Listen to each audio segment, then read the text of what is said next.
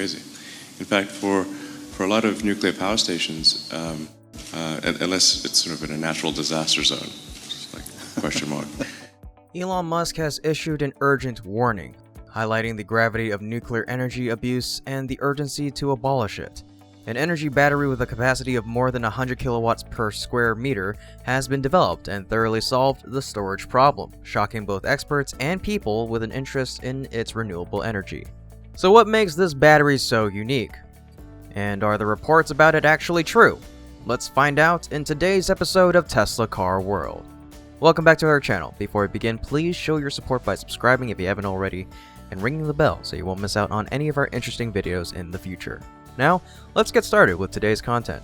Right now, more than 90% of the world's electricity comes from heat sources like coal, natural gas, nuclear energy, but the truth is the methods aren't particularly effective. Moreover, it also causes serious environmental problems such as greenhouse effect, depletion of fossil energy resources, and so on. Finding a new form of renewable energy that is less dependent on the sun, wind, or other natural energy sources is therefore important. Engineers at MIT and the NREL have designed a heat engine with no moving parts. Their new demonstration showed that it converts heat to electricity with over 40% efficiency, which is a performance that's better than that of traditional steam turbines. But Ossigan Henry, Robert N. Noyce, career development professor in MIT's Department of Mechanical Engineering, explained that his team already has a well-defined pathway for reaching 98% reflectivity to squeeze out an extra 10% of overall efficiency in the cell, which will make it reach an overall efficiency of 50%.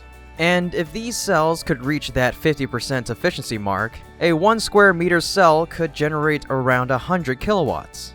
And if you're thinking, 100 kilowatts? Well, that can't be right.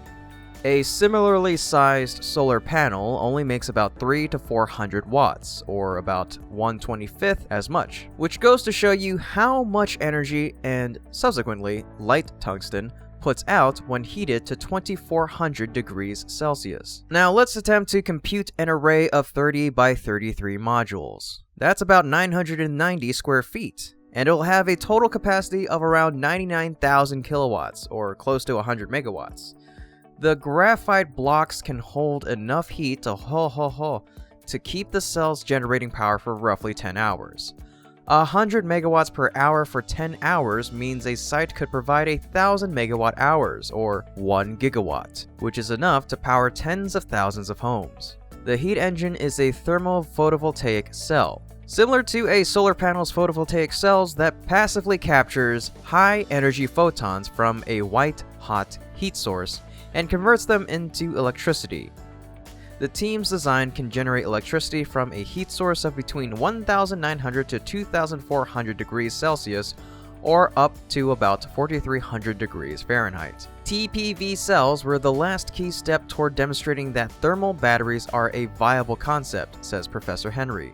This is an absolutely critical step on the path to proliferate renewable energy and get to a fully decarbonized grid. Not only has it proved effective through tests, but grid-scale thermal batteries can also replace fossil fuel power plants. We can get a high efficiency over a broad range of temperatures relevant for thermal batteries, Henry says.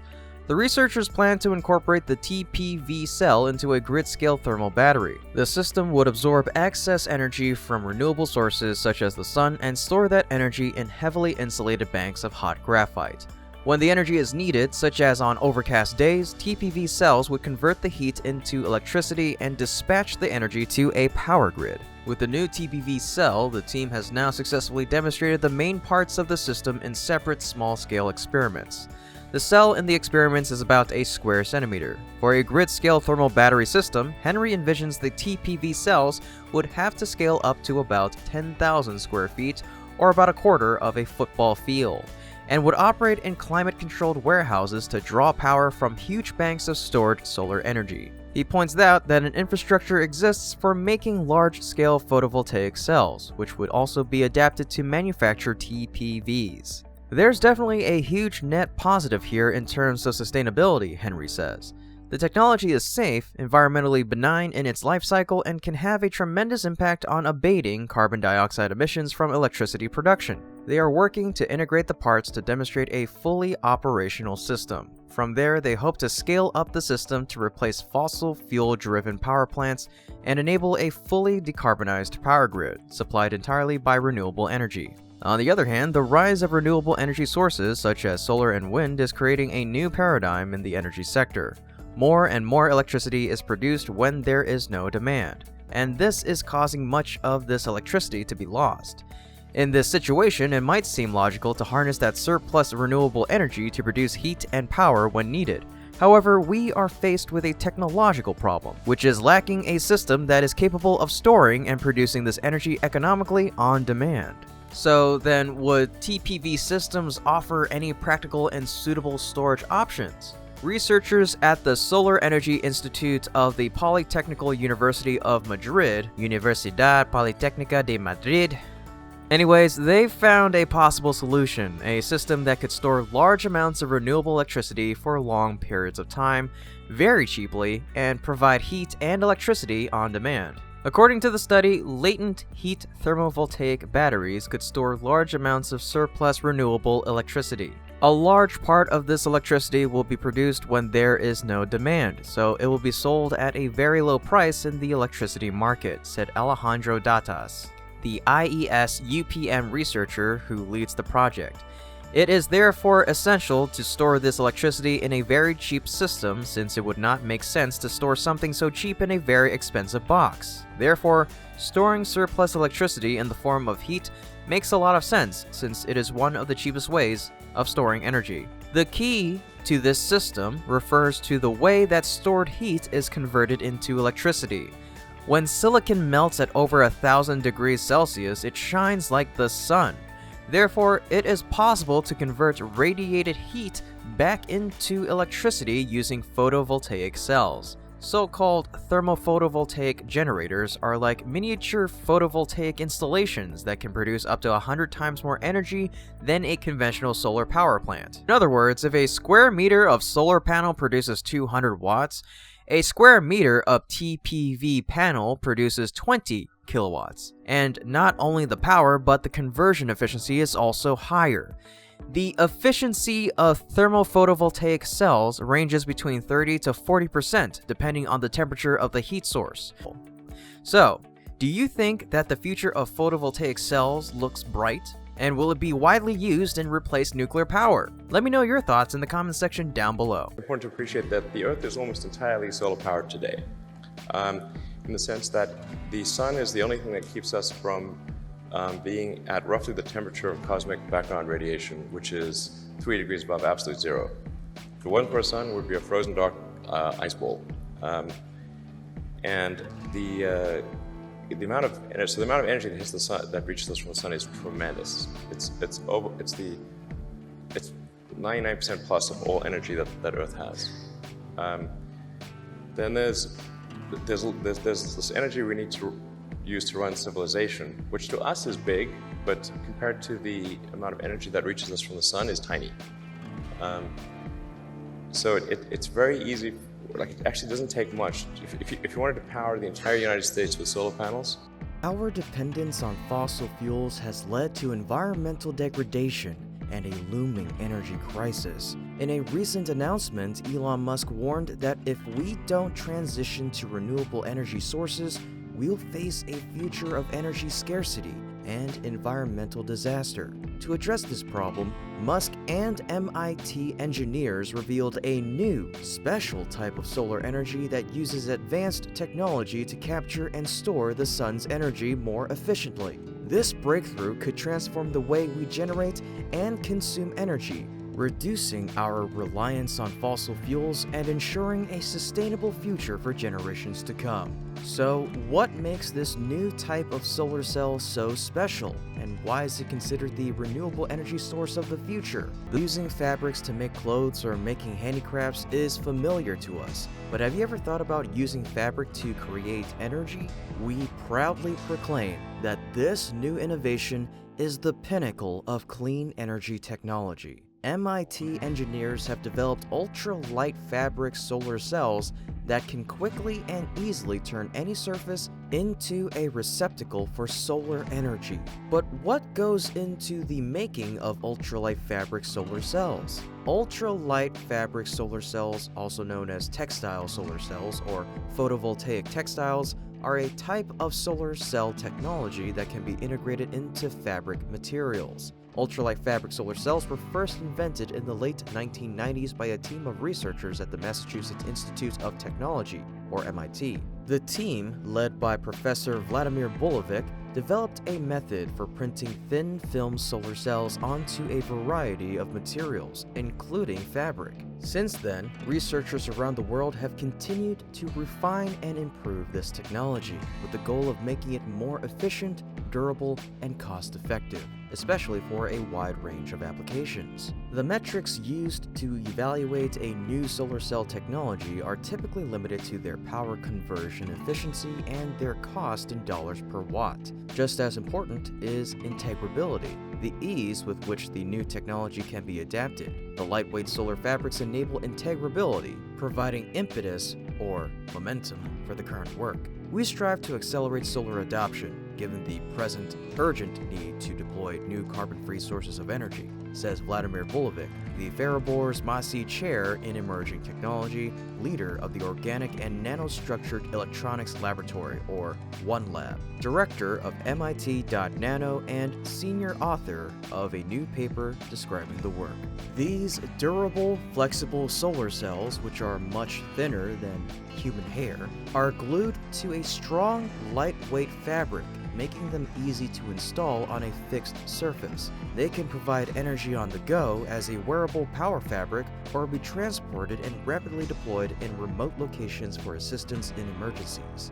They are 100 times lighter than conventional solar panels. They generate 18 times more power per kilogram and are made from semiconducting inks, using printing processes that can be scaled in the future to large area manufacturing. And because they are so thin and lightweight, these solar cells can be laminated onto many different surfaces. For instance, they could be integrated onto the sails of a boat to provide power while at sea, adhered onto tents and tarps that are deployed in disaster recovery operations, or applied onto the wings of drones to extend their flying range. This lightweight solar technology can be easily integrated into built environments with minimal installation needs. Just think.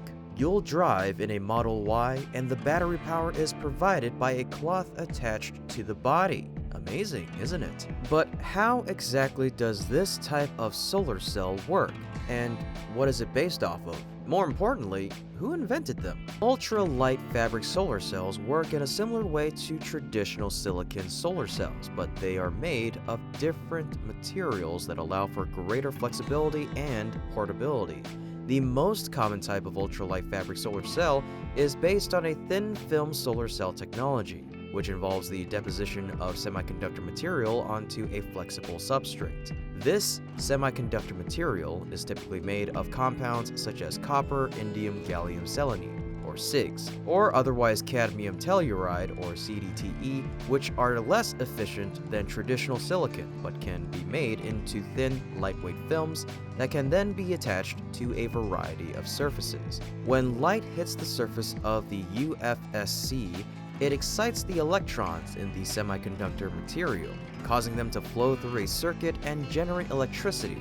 This electricity can then be stored in a battery or used to power electronic devices. Here are a few comparisons of the aspects of ultralight fabric solar cells and conventional solar cells so that you have a more intuitive impression. Conventional solar cells tend to have a longer lifespan than ultralight fabric solar cells. Silicon-based solar cells can last for 25 years or more, while thin film ultralight fabric solar cells may have a lifespan of around 10 to 15 years. However, the lifespan of both types of solar cells can be affected by environmental factors such as temperature, humidity, and exposure to sunlight. But what about the price? Conventional solar cells are generally more expensive than ultralight fabric solar cells. However, the cost of solar cells can vary depending on factors such as the type of technology used, the manufacturing process, and the size of the system. And how about the safety rating? Both types of solar cells are generally considered safe for use, but there are some safety concerns that can arise. Conventional solar cells may contain toxic materials such as lead or cadmium, which can be hazardous if not handled properly.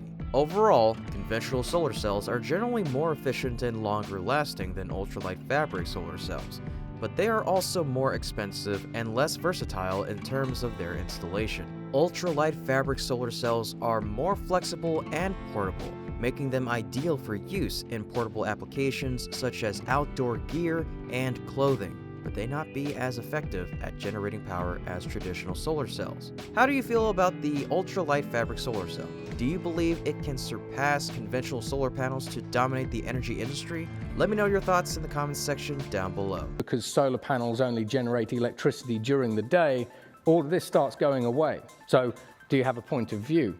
Indoors as well.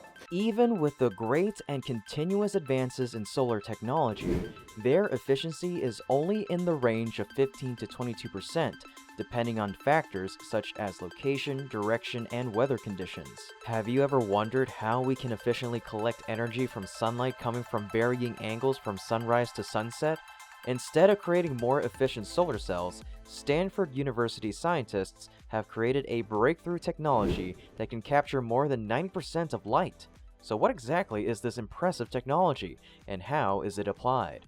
Solar panels work best when sunlight hits them directly to capture as much energy as possible. For the vast majority of US property owners, the ideal angle for a solar panel installation is close to or equal to the latitude of your home, otherwise on a south-facing roof, somewhere between 30 to 45 degrees. Tilt angle deviations of up to 10% in relation to the optimum tilt angle have less than 1% impact on the incoming solar irradiation.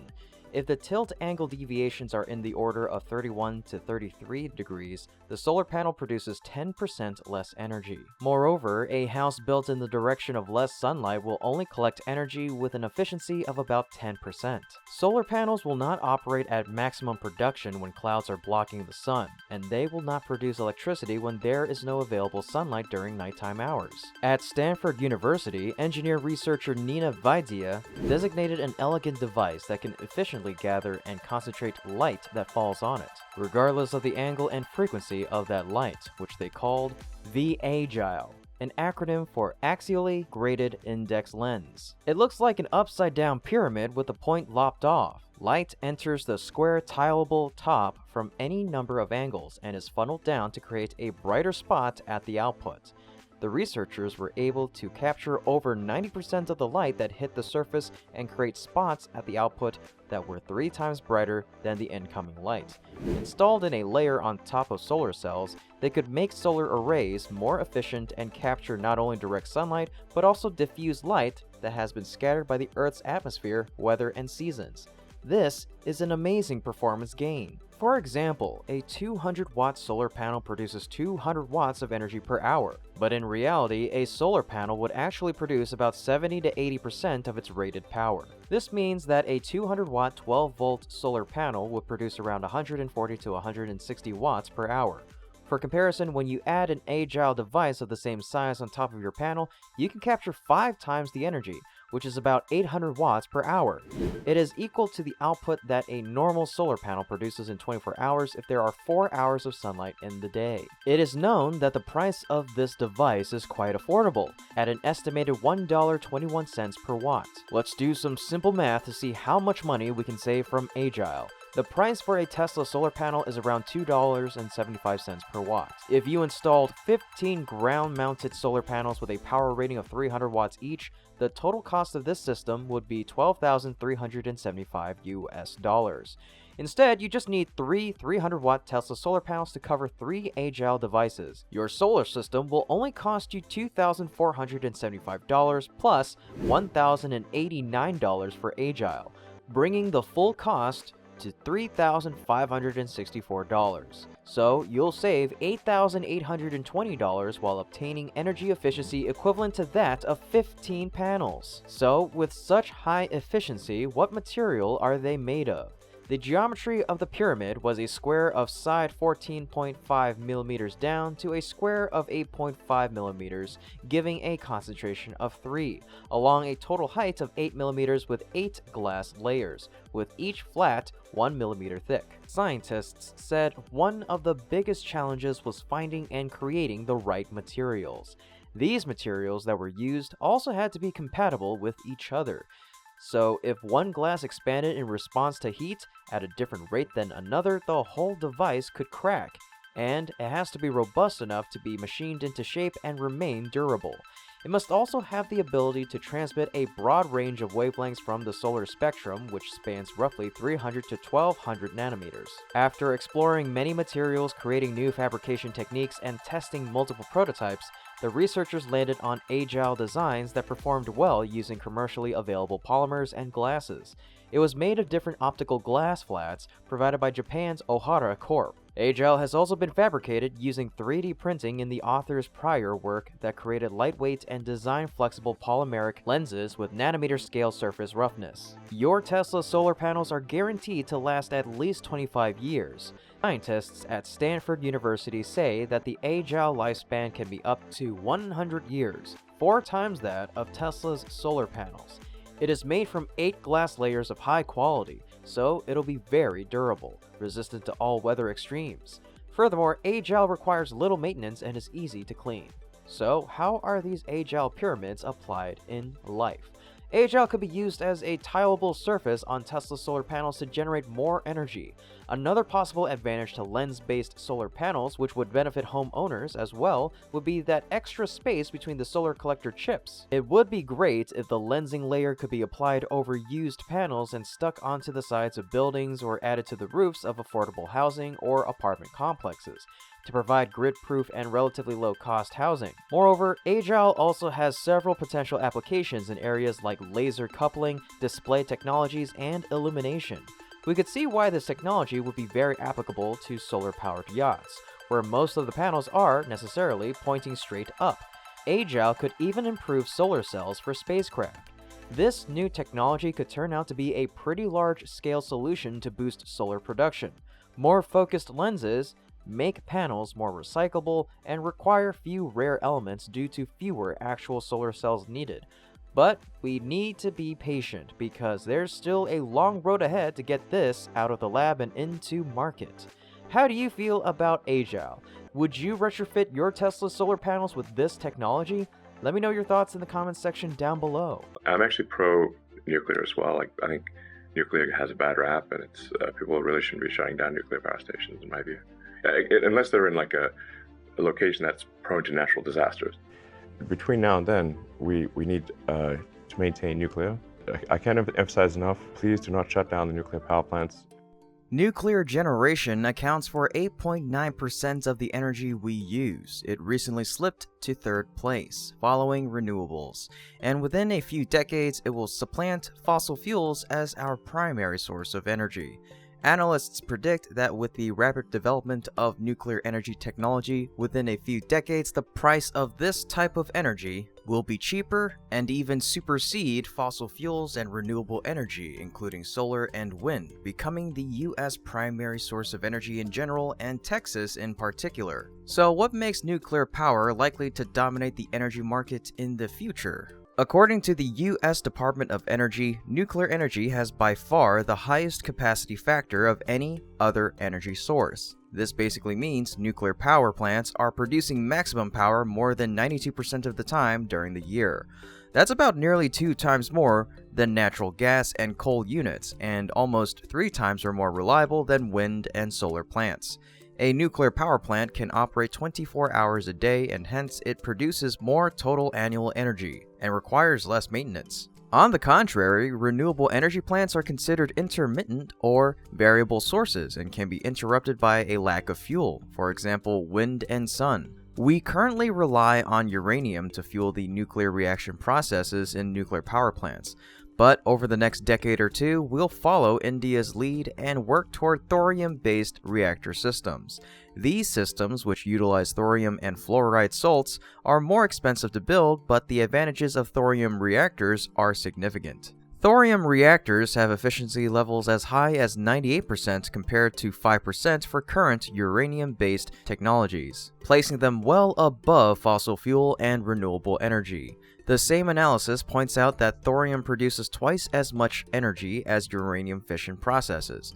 On the other hand, renewable energy sources such as wind and solar are also being widely used by Americans in general, and particularly in Texas. Solar energy accounts for 46% of all new electricity generating capacity expected to join the grid in 2022, which comes out to be about 21.5 gigawatts. However, there is a big downside to solar energy, which is the cost. Solar panels cost between $4,000 to $35,000, depending on the type and model. Additionally, the installation cost of other solar products such as solar roofs is still high. For example, the average cost of a Tesla solar roof for a house is around $55,000, excluding additional costs.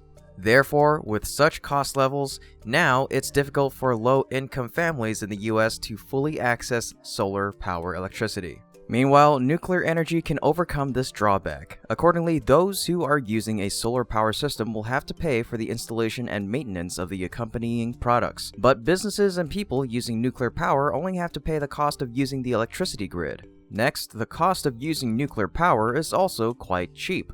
According to some sources, people only have to spend around $2 per watt of nuclear power, while the customers will pay about $2.21 per watt for Tesla solar panels before the federal solar tax credit. But the price can vary depending on where they live. There are even places where people have to pay up to $2.51 per watt for Tesla's solar panels. Liquid fluoride thorium reactors partly help to optimize the cost of nuclear power. The fuel cost is significantly lower than a solid fuel reactor. The salts cost roughly $150 per kilogram, and thorium costs about $30 per kilogram. According to analysts, the cost of nuclear power will also be further reduced thanks to the abundant reserves of thorium. Thorium reserves are very large. It's 3 to 4 times more abundant than uranium in the Earth's crust and widely distributed in nature as an easily exploitable resource in many countries. Experts estimate that there is enough thorium in the United States alone to power the country at its current energy level for over 1,000 years. According to the data from the United States Geological Survey and the International Atomic Energy Agency, the largest thorium reserves in the world are found in India, which has around 25% of the world's reserves. Currently estimated at 519,000 tons, Australia has 489,000 tons, which represents 19% of the world reserves. The United States has the third largest in the world, which is estimated to be about 400,000 tons or 13% of the world's reserves. Nevertheless, nuclear energy still has a few drawbacks. One of the most serious problems with nuclear power today is safety.